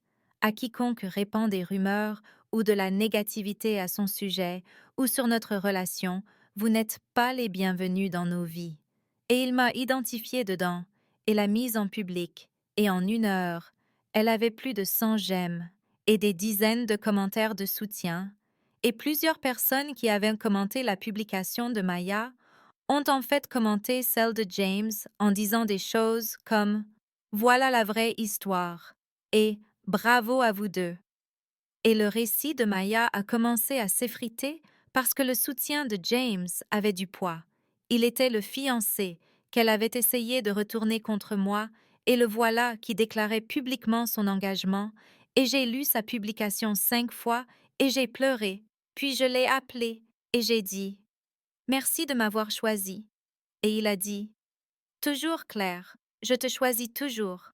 Je suis désolée qu'il m'ait fallu un moment pour y arriver, mais je suis là maintenant et je ne vais nulle part. » Mes parents ont répondu à la date limite du RSVP en se présentant à mon appartement sans prévenir un mercredi soir, et j'ai ouvert la porte pour les trouver tous les deux debout là, avec des expressions que j'avais vues toute ma vie, celles qui disaient qu'ils étaient là pour réparer quelque chose que j'avais cassé, pour restaurer un ordre que j'avais perturbé, et mon père a dit « Il faut qu'on parle de tout ça, Claire. Il faut qu'on trouve un moyen d'avancer en tant que famille. » Et j'ai failli leur dire de partir, mais James était là, et il a serré ma main, et je les ai laissés entrer. Et nous nous sommes tous assis dans mon salon, et ma mère a commencé par « Nous comprenons que tu es blessé, et nous voulons que tu saches que nous l'entendons, mais nous avons aussi besoin que tu comprennes notre perspective. Nous avons fait de notre mieux dans une situation compliquée, et nous n'avons jamais voulu que tu te sentes moins aimé. » Et j'ai senti l'envie familière d'accepter ça, d'arrondir les angles, d'être la fille accommodante, mais j'ai ensuite pensé à Emma et à la façon dont ses parents avaient géré la même situation avec honnêteté et amour, et j'ai dit « Votre mieux n'était pas suffisant, et j'ai besoin que vous le reconnaissiez spécifiquement. » Et mon père a dit « Qu'est-ce que tu veux de nous, Claire? Nous avons dit que nous étions désolés que tu sois contrariée. » Et j'ai sorti le dossier que j'avais gardé, celui que Rachel m'avait aidé à organiser, et j'ai étalé les relevés bancaires montrant la différence des fonds pour l'université, 50 000 $ pour Maya et 15 000 pour moi, et j'ai étalé les photos des anniversaires et des vacances qui racontaient leur propre histoire, sur qui était célébré et qui était négligé. Et j'ai étalé la documentation de chaque étape majeure, où Maya a reçu du soutien, et moi du mépris, et j'ai dit « Je veux que vous reconnaissiez que vous nous avez traités différemment, que vous avez donné à Maya 35 000 $ de plus pour l'université, que vous avez payé son appartement sa dernière année pendant que je travaillais à 2 emplois, que vous lui avez organisé une fête de remise de diplôme avec 200 invités alors que la mienne était un dîner à l'Olive Garden. Je veux que vous reconnaissiez que le traitement différentiel était réel et que c'était mal. » Et le visage de ma mère est devenu pâle, et elle a dit « Tu as gardé une trace de tout ça? Tu as tout documenté comme si nous étions des criminels? » Et j'ai dit « J'ai gardé une trace parce que vous m'avez manipulée toute ma vie. en me disant que j'étais trop sensible quand je remarquais les différences, en me disant que j'imaginais des choses quand je me sentais moins valorisée, et j'avais besoin de preuves pour moi-même que je n'étais pas folle.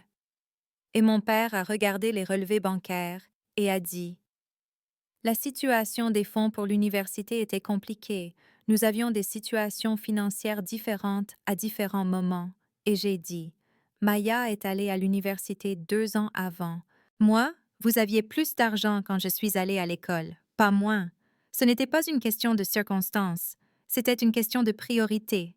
Puis j'ai dit la chose que j'avais préparée, la demande spécifique que Rachel m'avait aidé à formuler. Je veux que vous me fassiez un chèque de 35 000 $, la différence de ce que vous avez investi dans l'éducation de Maya par rapport à la mienne, et je veux une reconnaissance écrite que vous nous avez traitée de manière inégale. Et le silence qui a suivi a été assourdissant, et ma mère a finalement dit: C'est donc de ça qu'il s'agit? D'argent? Claire, c'est si vénal, nous t'avons élevé mieux que ça. Et j'ai senti James se tendre à côté de moi, mais je suis restée calme et j'ai dit: Il ne s'agit pas de l'argent, il s'agit de reconnaissance. Il s'agit que vous admettiez en termes concrets que vous valorisiez plus Maya, que vous avez plus investi dans son avenir. Et si vous ne pouvez même pas faire ça, alors vous confirmez tout ce que je sais déjà. Et mon père a dit: Même si nous acceptions cela, ce que je ne dis pas que nous ferons, qu'en est-il de Maya? Sommes-nous censés l'exclure de ton mariage? Faire comme si elle n'existait pas? Et j'ai dit: Maya s'est exclue elle-même quand elle a utilisé ma conception par d'honneur comme une arme à ma fête de fiançailles, quand elle a passé des années à me traiter comme si j'étais inférieure. Et oui, elle n'est pas invitée à mon mariage. Et si vous ne pouvez pas accepter cette limite, alors vous n'êtes pas invité non plus. Et ma mère s'est mise à pleurer et a dit: Tu déchires cette famille. Et j'ai dit: Non, vous avez déchiré cette famille il y a 28 ans quand vous avez décidé de garder ma conception secrète et de me traiter différemment à cause de ça. Je refuse simplement enfin de prétendre que tout va bien. Et ils sont partis 20 minutes plus tard sans avoir accepté quoi que ce soit, et je me suis assise sur mon canapé, me sentant vidée mais aussi claire, et James m'a tenue dans ses bras et a dit: Tu as été incroyable, tu n'as pas cédé. Et j'ai dit: Je ne pense pas qu'ils le feront. Je ne pense pas qu'ils soient incapables de reconnaître vraiment ce qu'ils ont fait. Et il a dit: Au moins tu sauras, au moins tu leur as donné la chance.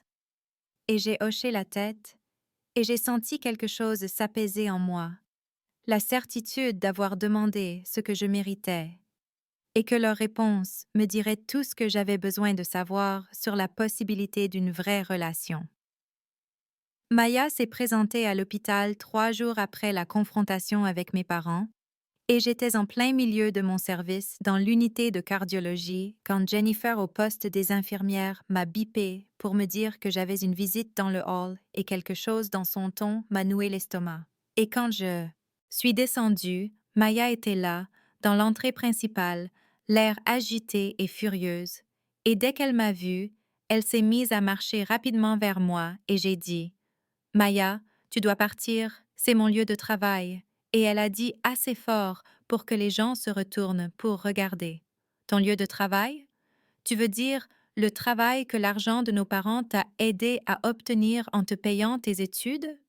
L'éducation qu'ils t'ont donnée, même si tu ne fais même pas vraiment partie de cette famille?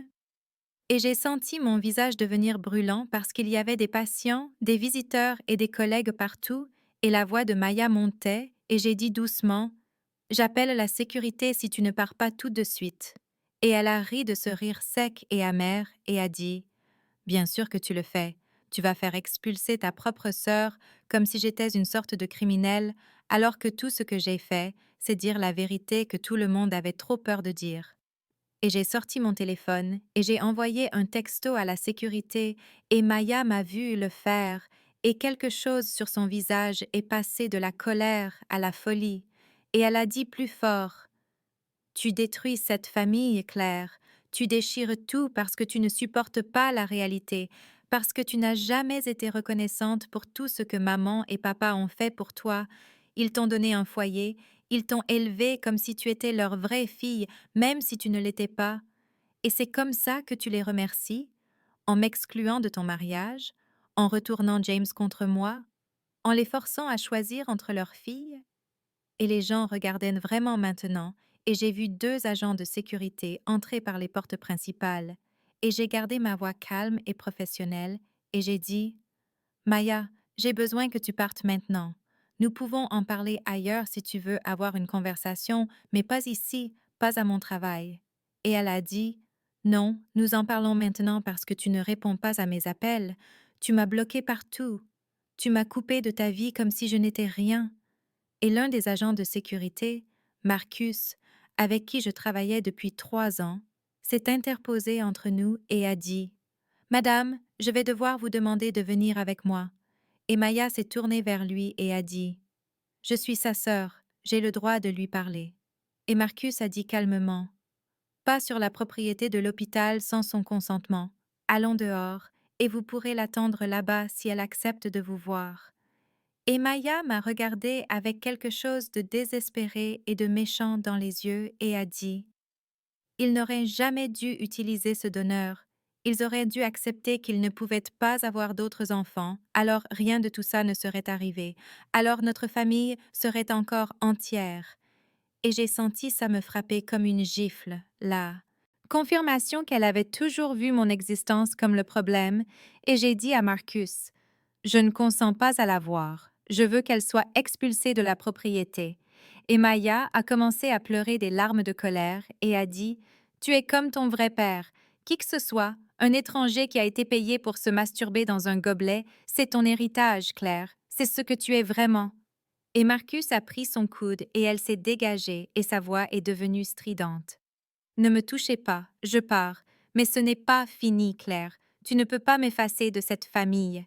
Et elle s'est dirigée vers la sortie, puis s'est retournée et a crié: Maman et papa ne te choisiront jamais à ma place, jamais, parce que je suis leur vraie fille et que tu n'es que l'expérience scientifique qui a marché.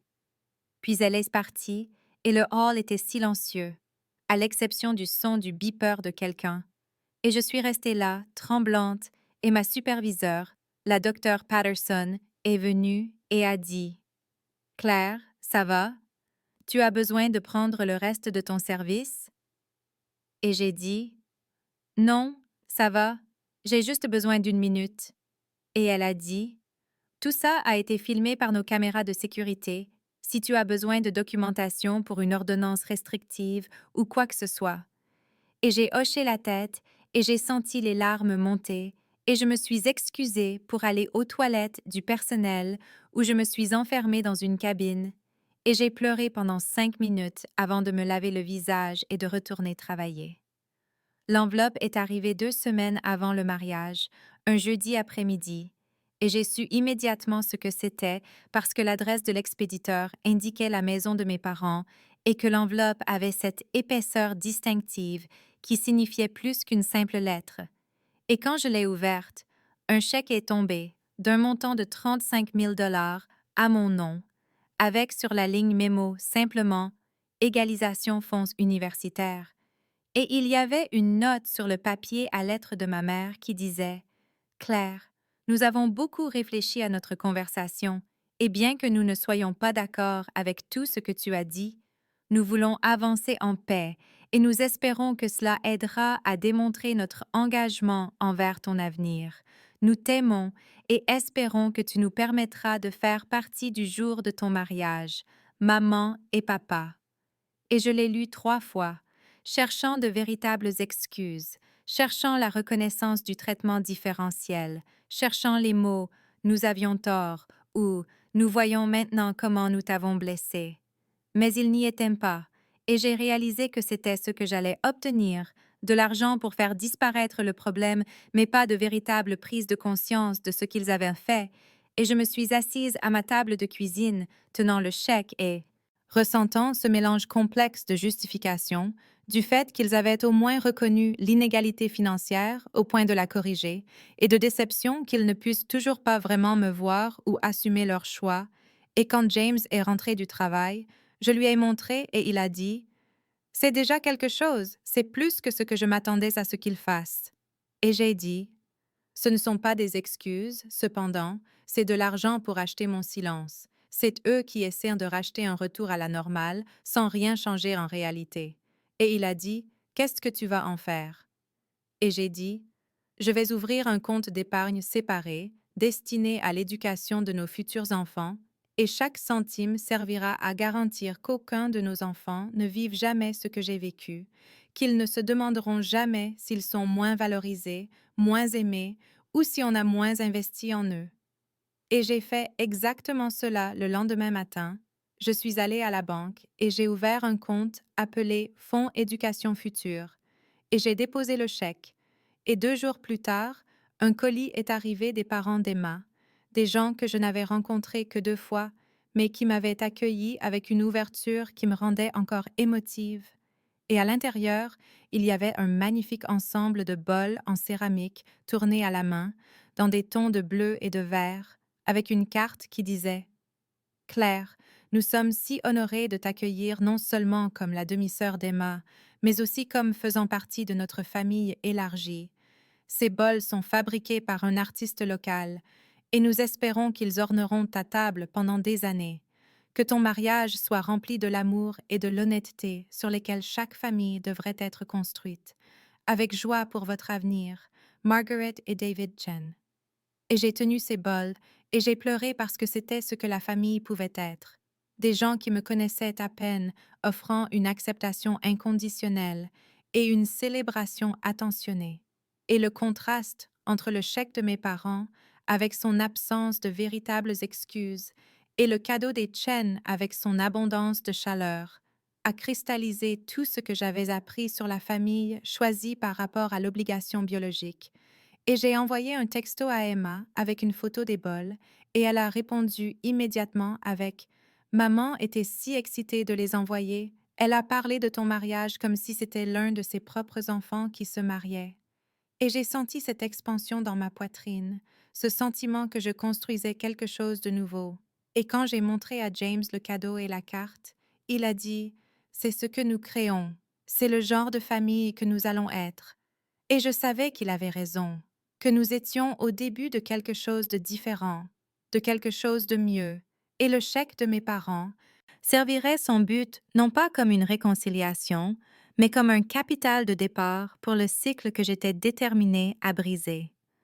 Le matin du mariage, je me suis réveillée dans la chambre d'hôtel que je partageais avec Rachel et Emma, et la lumière d'octobre matinale filtrait à travers les fenêtres, chaude et dorée, et j'ai ressenti un calme inattendu s'installer en moi, comme si j'étais enfin arrivée à quelque chose vers quoi j'avais voyagé toute ma vie, et Rachel m'a apporté un café et a dit « Comment te sens-tu » Et j'ai dit honnêtement « Libre ».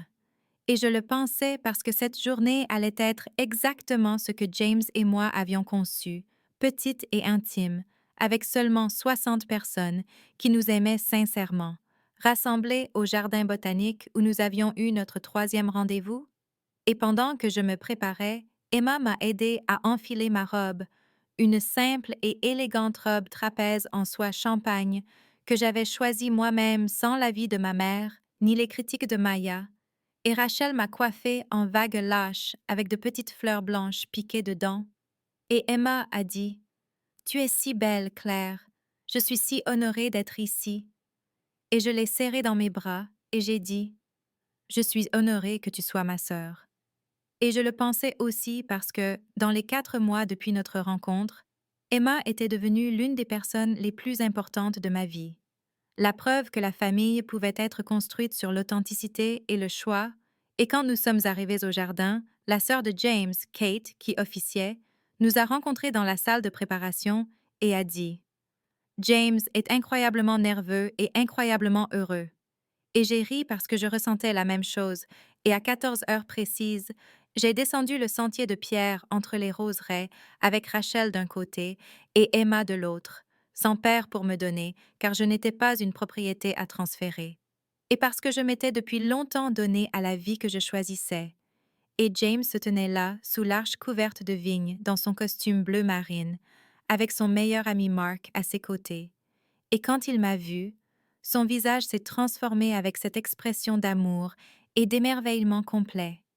Et Kate a commencé la cérémonie en parlant de la façon dont James et Claire s'étaient trouvés et avaient construit quelque chose d'honnête et de solide. Puis ce fut le moment des vœux, et James a pris mes mains et a dit: Claire, je me tiens ici aujourd'hui en sachant que j'ai failli te perdre, en sachant que j'ai failli laisser d'autres voix étouffer ce que mon cœur savait depuis le début. Que tu es la personne la plus authentique, la plus forte et la plus compatissante que j'ai jamais connue, et je te promets que pour le reste de nos vies, je te choisirai, je serai à tes côtés, je ne laisserai jamais personne te faire sentir inférieure à la femme extraordinaire que tu es. Et sa voix s'est brisée sur les derniers mots, et j'ai serré ses mains, et j'ai dit: James, pendant si longtemps j'ai pensé que la famille était quelque chose dans lequel on essaie, quelque chose qui vous choisissait ou non, quelque chose qui déterminait votre valeur. Mais tu m'as appris que la famille la plus importante est celle que nous choisissons, celle que nous construisons par l'amour, l'honnêteté et en étant là l'un pour l'autre chaque jour. Et je te choisis aujourd'hui et chaque jour à venir. Je nous choisis et la vie que nous allons créer ensemble.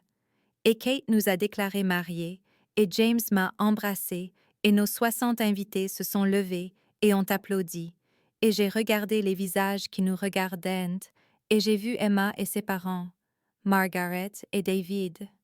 J'ai vu mes autres demi-frères et sœurs d'honneur, Liam et Sophie, qui étaient venus de 3 États différents. J'ai vu Rachel et mes collègues de l'hôpital et la famille, et les amis de James. J'ai vu ma tante Diane et ma cousine Jessica, qui avaient validé mon expérience et soutenu mes limites. Et oui, j'ai vu mes parents assis au dernier rang, l'air mal à l'aise mais présent. Et j'ai réalisé que l'absence de Maya ne créait pas de vie dans ce jour, car elle n'avait jamais vraiment été la sœur dont j'avais besoin. Et la réception fut exactement ce que nous avions voulu. Un dîner sous des guirlandes lumineuses, avec des toasts qui nous ont fait rire et pleurer. Et Mark a raconté une histoire sur James l'appelant en panique après avoir failli me perdre et réalisant qu'il avait été un idiot, et Rachel a dit: Claire a toujours été la personne qui est là pour tout le monde. Et aujourd'hui nous pouvons être là pour elle et célébrer le fait qu'elle ait choisi l'amour qu'elle mérite.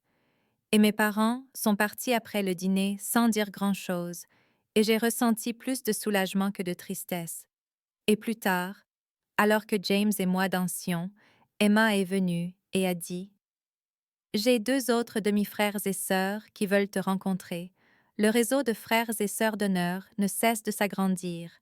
Et j'ai ri et j'ai dit: Fais-les venir, on a de la place pour plus de familles.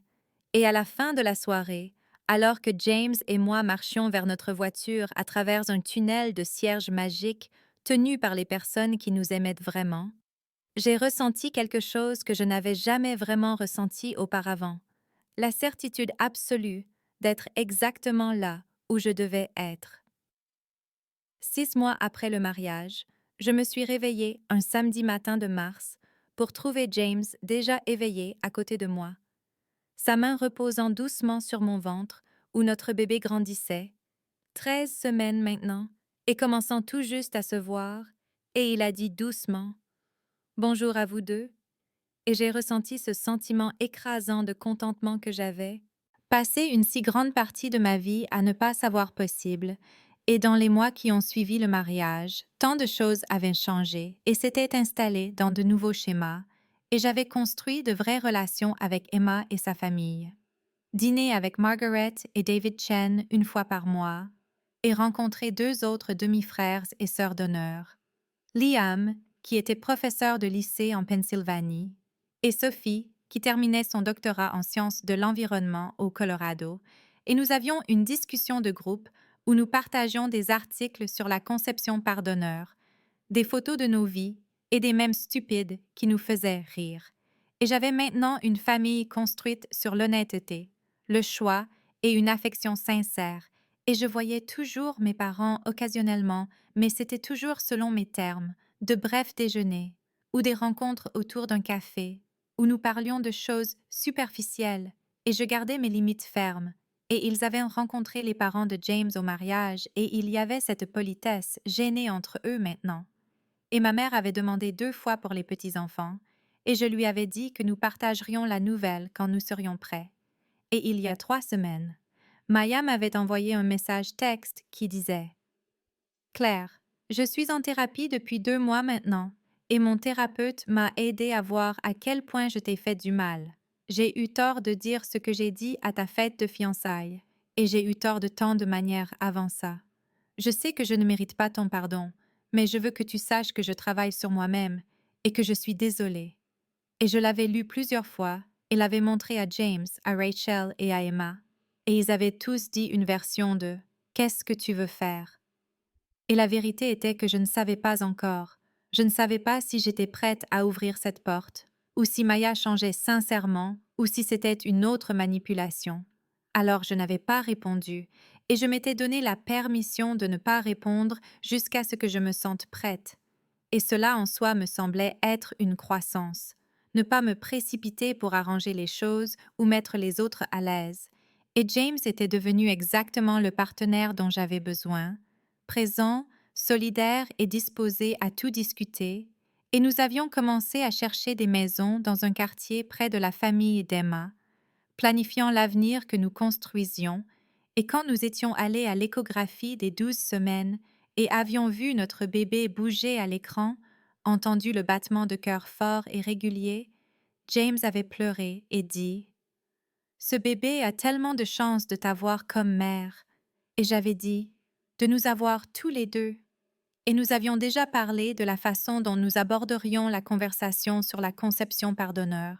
Comment notre enfant grandirait en connaissant toute la vérité sur mes origines, en sachant que la famille est une question d'amour, de choix et de présence, en sachant que sa valeur est inhérente et ne dépend pas de la génétique ou de la validation de qui que ce soit d'autre, et j'ai pensé à comment ce bébé ne se demanderait jamais s'il était moins aimé ou moins valorisé, ne serait jamais comparé défavorablement à un frère ou une sœur, ou ne se sentirait jamais comme s'il n'était pas tout à fait à sa place. Et j'étais déterminée à briser tous les schémas toxiques dont j'avais hérité.